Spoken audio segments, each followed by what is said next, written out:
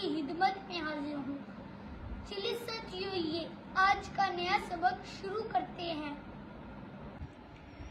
तो साथियों, ये जीम है, ये और कलकला में से है, इसके ऊपर ज़बर आ रही है, इसलिए हम इसको ऐसे पढ़ेंगे।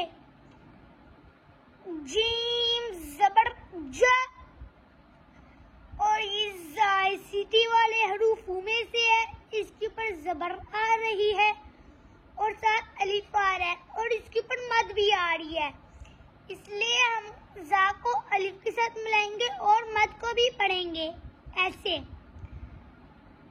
ज़ा अलिफ मद ज़बर ज़ा, जज़ा,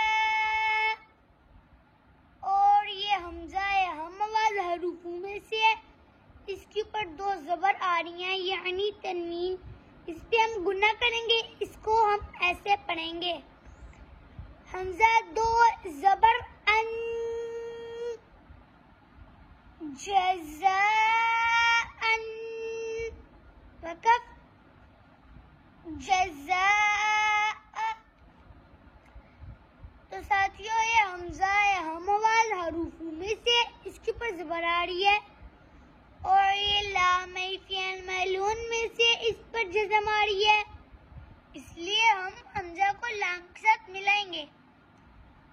हमज़ा लाम ज़बर अल, और ये मीम है भी फ़िअल मअलून में से, इसके ऊपर ज़बर आ रही है, इसलिए हम इसको ऐसे पढ़ेंगे।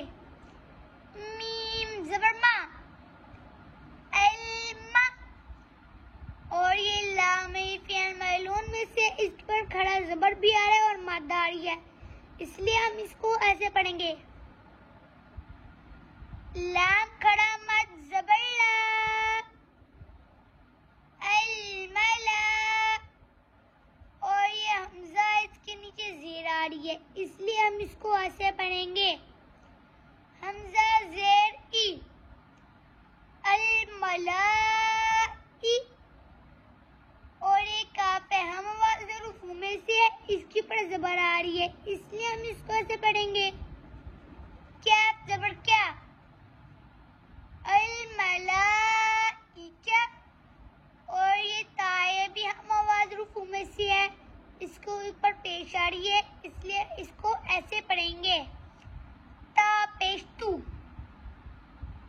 अल-मलाइका तू, वक़फ़ अल-मलाइका।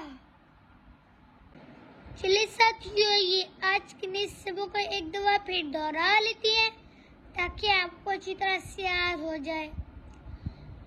जज़ाअन, वक़फ़ जज़ाअ, अल-मलाइकतु, वक़फ़ अल-मलाइका। तो साथियों, आज का जो हमारा नया सबक है वो है जज़ाअन से लेकर अल-मलाइकतु तक। आपने इसको अच्छी तरह से याद कर लेना है। तो साथियों, जो आज का सबक है, हमने जितनी भी तरतीब पढ़ ली है, अगर आपको इसमें से किसी चीज की समझ नहीं आती तो आप मेरे से कमेंट में राब्ता करें, मैं इंशाल्लाह ताला इसका जवाब जरूर दूंगा। मैं इंशाल्लाह आपके साथ कल मिलूंगा नई वीडियो में और सबक नंबर 229 के साथ। अल्लाह हाफिज।